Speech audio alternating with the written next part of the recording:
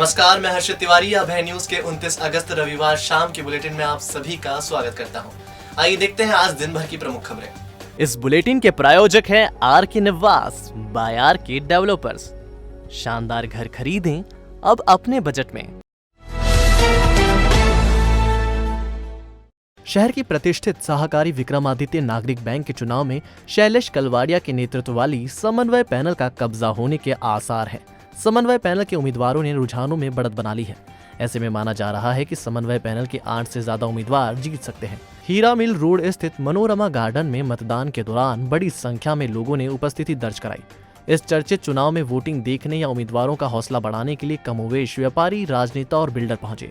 Tier 3 शहरों में देश में नंबर 2 का स्थान रखने वाली विक्रमादित्य नागरिक बैंक के चुनाव को इस मर्तबा शैलेश कलवाड़िया यानी बंटू भैया और नरेंद्र सोगानी यानी मुन्ना भैया की उम्मीदवारी ने रोचक बना दिया है।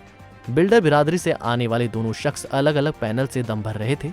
चूंकि बैंक के संचालक मंडल में अब तक क्लॉथ मार्केट के व्यापारी ही काबिज रहे हैं, ऐसे में भीतरी और बाहरी का मुद्दा भी पूरे समय तैरता रहा, लेकिन दोनों ने ही बड़ी मजबूती से चुनाव लड़ा। रविवार की सुबह से ही मतदान को लेकर खासा उत्साह देखा गया और वोटरों ने भी बड़े ही मन से वोट डाले। 10 काउंटर पर 3,300 वोटरों में से शाम 4 बजे तक 2,147 ने अपने मताधिकार का उपयोग किया।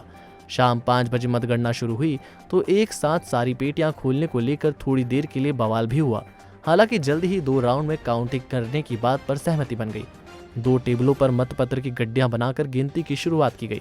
इसमें रुझानों में समन्वय पैनल के उम्मीदवारों ने बढ़त बना ली थी। समन्वय पैनल के एससी उम्मीदवार हरि नारायण बड़वाया, महिला उम्मीदवार रिकिता मनीष चौधरी और सुनीता पलोर ने निर्णायक बढ़त बना ली थी। ऐसे में माना जा रहा है कि समन्वय पैनल के 8 उम्मीदवार संचालक चुने जा सकते हैं। हालांकि शुरुआती रुझानों में बंटू भैया पीछे चल रहे थे, लेकिन माना जा रहा है कि अंतिम मौके पर वह बढ़त हासिल कर लेंगे। उज्जैन से रुनीजा जा रही एक पिकअप खरसोद खुर्द के पास पेड़ से टकरा गई। हादसे में 2 लोगों की मौत हो गई जबकि 3 लोग घायल हैं। सभी लोग माली समाज के हैं और व्यापार के सिलसिले में उज्जैन आ रहे थे। पिकअप क्रमांक MP 13 GA 4532 से रुनीजा के रहने वाले जगदीश पिता मूलचंद, अमृत पिता प्रकाश लाल, राम किशन पिता बद्रीलाल, प्रकाश चौहान उज्जैन से लौट रहे थे। गाड़ी ड्राइवर प्रकाश माली चला रहा था। खरसोद खुर्द के पास तेज रफ्तार पिकअप एक पेड़ से सीधे टकरा गई। टक्कर इतनी भीषण थी कि किसी को कुछ समझ नहीं आया। हादसे में जगदीश और अमृत लाल की मौके पर ही मौत हो गई जबकि शेष 3 घायल हैं। घायलों को उपचार के लिए भटनागर अस्पताल भेजा गया। पुलिस ने बताया कि सभी लोग माली समाज के हैं और वह उज्जैन से रुनीजा लौट रहे थे। जगदीश पिता मूलचंद है, अमृत पिता शंकर लाल और ड्राइवर इसमें प्रकाश माली। ये लोग उज्जैन से रुनीजा की ओर जा रहे थे। अचानक अनबैलेंस होकर किसी कारणवश गाड़ी पेड़ से टक्कर हो गई है, जिसमें मृतक 2 लोगों की मौके पर मृत्यु हो गई है और 3 घायल हैं, जिन्हें उज्जैन सरकारी अस्पताल भटनागर भेज दिया गया। सावन भादो मास में निकलने वाली बाबा महाकाल की 6वीं और भादो मास की दूसरी सवारी सोमवार को निकलेगी। सवारी के कारण महाकाल मंदिर में सुबह 5 से दोपहर 1 बजे तक और शाम 7 से रात 9 बजे तक दर्शन होंगे। सवारी का मार्ग इस बार भी शॉर्ट ही रहेगा। कांग्रेस की परंपरागत मार्ग से सवारी निकालने की मांग पर प्रशासन ने कोई पहल नहीं की है। भादो की दूसरी सवारी के साथ इस बार जन्माष्टमी का सहयोग भी रहेगा। हालांकि जन्माष्टमी पर्व रात में मनाया जाएगा। सवारी महाकाल मंदिर चौराहा, बड़ा गणेश मंदिर के सामने, हरसिद्धि चौराहा, सिद्धाश्रम के सामने से होती हुई रामघाट जाएगी। रामघाट पर पूजन उपरांत सवारी हरसिद्धिपाल, हरसिद्धि मंदिर के सामने से होते हुए वापस महाकाल मंदिर पहुंचेगी। 30 साल की लड़ाई के बाद विनोद मिल के श्रमिकों में अब जाकर बकाया मिलने की आस जाग उठी है। अपना ही रुपया हासिल करने के लिए मजदूरों को कोर्ट दर कोर्ट लड़ाई लड़नी पड़ी। ये लड़ाई इतनी लंबी चली कि 4000 श्रमिकों में से आधे जिंदगी की जंग हार गए। हाई कोर्ट में रुपया जमा होने के बाद बचे मजदूरों को बकाया मिलने की उम्मीद बंध गई है। करीब 30 साल पहले नेताओं की कारगुजारियों के कारण विनोद मिल पर ताले चढ़ गए थे। एकाएक काम बंदी हो जाने से मिल के 4353 श्रमिकों के सामने रोजी रोटी का संकट खड़ा हो गया था। मजदूरों को उनका हक दिलाने के लिए मैदान में कूदे नेताओं ने इसकी आड़ में अपनी रोटियां सेकी। तत्कालीन सांसद डॉक्टर सत्यनारायण जटिया तो मजदूरों की हवा में सांसद तक बन गए, लेकिन सांसद बनने के बाद वह मजदूरों को भूल गए। 30 साल नेतागिरी करने वाले जटिया ने सांसद से लेकर केंद्रीय मंत्री तक का सफर इस दौरान तय किया, लेकिन उन्हें राजगद्दी तक पहुंचाने वाले मिल श्रमिक और उनका परिवार 2 जून की रोटी के लिए तरसता रहा। कोर्ट दर कोर्ट लड़ाई लड़ते श्रमिकों ने 27 जुलाई 2019 को सुप्रीम कोर्ट के जरिए अपना हक हासिल कर लिया, लेकिन सरकार भुगतान नहीं करने पर अड़ गई। 2 साल बीत जाने के बाद मिल मजदूरों ने फिर से सुप्रीम कोर्ट की शरण ली तो 6 महीने के भीतर बकाए 98 करोड़ रुपए चुकाने के आदेश हुए। इसी में से 10% राशि कोर्ट में जमा हो गई है। रविवार की दोपहर श्रमिक नेताओं ने बकाया भुगतान करने पर चर्चा की। कोयला फाटक क्षेत्र स्थित श्रम शिविर में भुगतान पर बात की गई। उज्जैन मिल मजदूर संघ के अध्यक्ष ओम प्रकाश भदौरिया ने बताया कि बकाया भुगतान की लड़ाई लड़ते हुए 2000 से ज्यादा साथी नहीं रहे। बचे साथी गंभीर बीमारियों से जूझ रहे हैं। 98 करोड़ रुपए के हिसाब से एक साथी को 2.5 से लेकर 4 लाख रुपए मिलेंगे। जो साथी नहीं रहे हैं उनके परिजनों को रुपया दिया जाएगा। वारिसों का सत्यापन मिल के बीमा कार्ड से किया जाएगा। जिला कलेक्टर से हमने मांग की है कि अतिशीघ्र बचा शेष भुगतान 90% वो जमा हो जाए तो संपूर्ण भुगतान पर कभी 3.5 से 4 लाख रुपए तक 2.5 लाख तक प्रति श्रमिक को आएगा।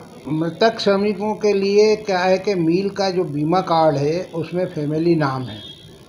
उस फैमिली के नाम के आधार पर उनका इंडिपेंडी बनवाया जाएगा और उज्जैन मिल मजदूर संघ उसको सत्यापित करेगा और नोटरी से भी सत्यापित यहाँ करवाएंगे। प्रधानमंत्री हरिशंकर शर्मा ने बताया कि श्रमिकों को सारा भुगतान एक साथ मिलना चाहिए। कलेक्टर महोदय से कल मिले थे और उनको निवेदन किया कि प्रशासन ने पहल करके 10% जमा करा दिया, उसके लिए धन्यवाद। लेकिन 90% भी जल्दी जमा किया जाए ताकि 30 साल से परेशान मजदूरों को राहत मिल सके। नागझिरी के नेहरू नगर के एक सुने मकान में चोरी की वारदात हो गई। घर मालिक परिवार के साथ वडोदरा गए थे।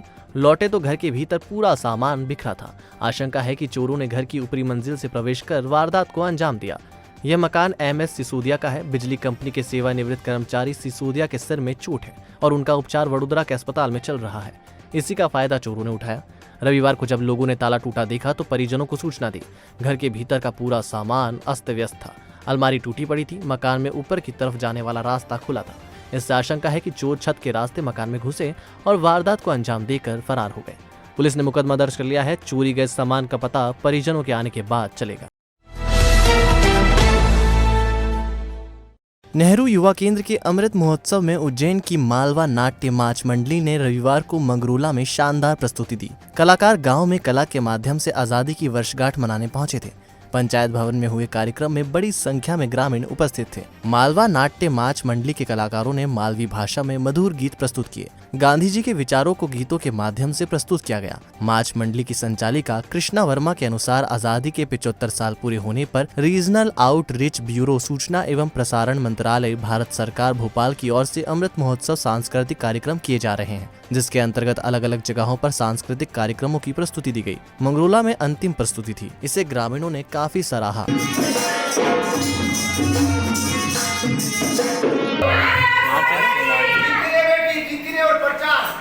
आज़ादी के अमृत महोत्सव के उपलक्ष्य में जो 75 वर्ष होने को है, उसके उपलक्ष्य में ये सांस्कृतिक कार्यक्रम यहाँ रखा गया था।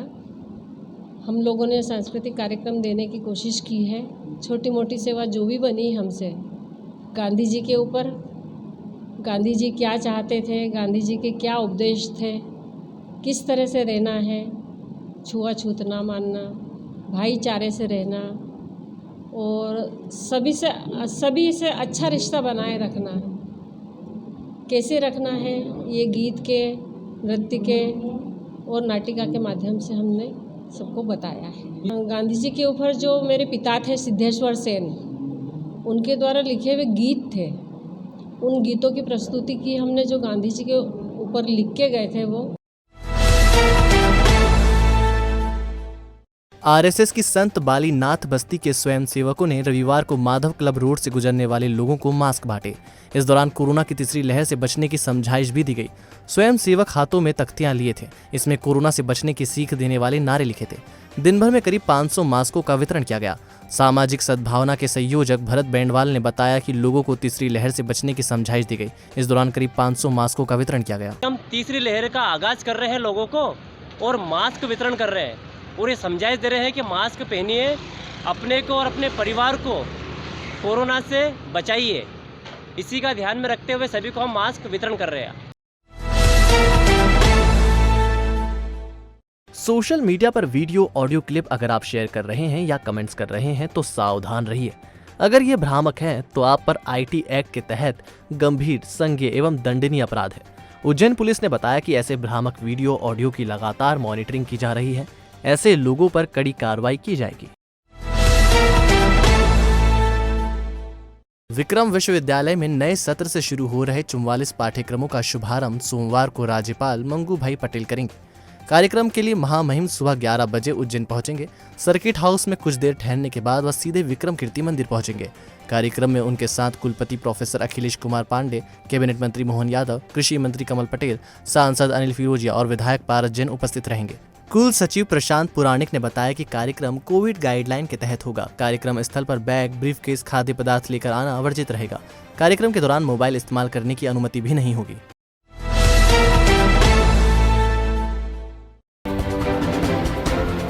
फैजलपुरा का एक युवक रविवार सुबह नरसिंह घाट ब्रिज से शिप्रा में कूद गया। घाट पर मौजूद तैराकों ने उसे बचा लिया। दीपक नाम का यह युवक सब्जी विक्रेता है। सुबह थोक मंडी से सब्जी खरीदने के बाद वह पेट्रोल भराने का कहकर घर से निकला था। बेंगलुरु में रहने वाले एक वृद्ध की होटल में संदिग्ध मौत हो गई। 68 साल के कुबेर सिंह महाकाल मंदिर के पास स्थित प्रिंस गेस्ट हाउस में ठहरे थे। सफाई कर्मचारी जब उनके कमरे में पहुंचा तो दरवाजा नहीं खुला। ऐसे में पुलिस को सूचना दी गई। महाकाल मंदिर में रविवार को फिर से सावन सा नजारा दिखाई दिया। मंदिर में बाहर से ढेरों श्रद्धालु दर्शन करने पहुंचे। एक दिन में करीब 20,000 से ज्यादा लोगों ने दर्शन किए। उच्च शिक्षा मंत्री मोहन यादव सोमवार को छात्रों की बैठक लेंगे। साइंस कॉलेज सभागृह में होने वाली बैठक में छात्र नेताओं को भी आमंत्रित किया गया है।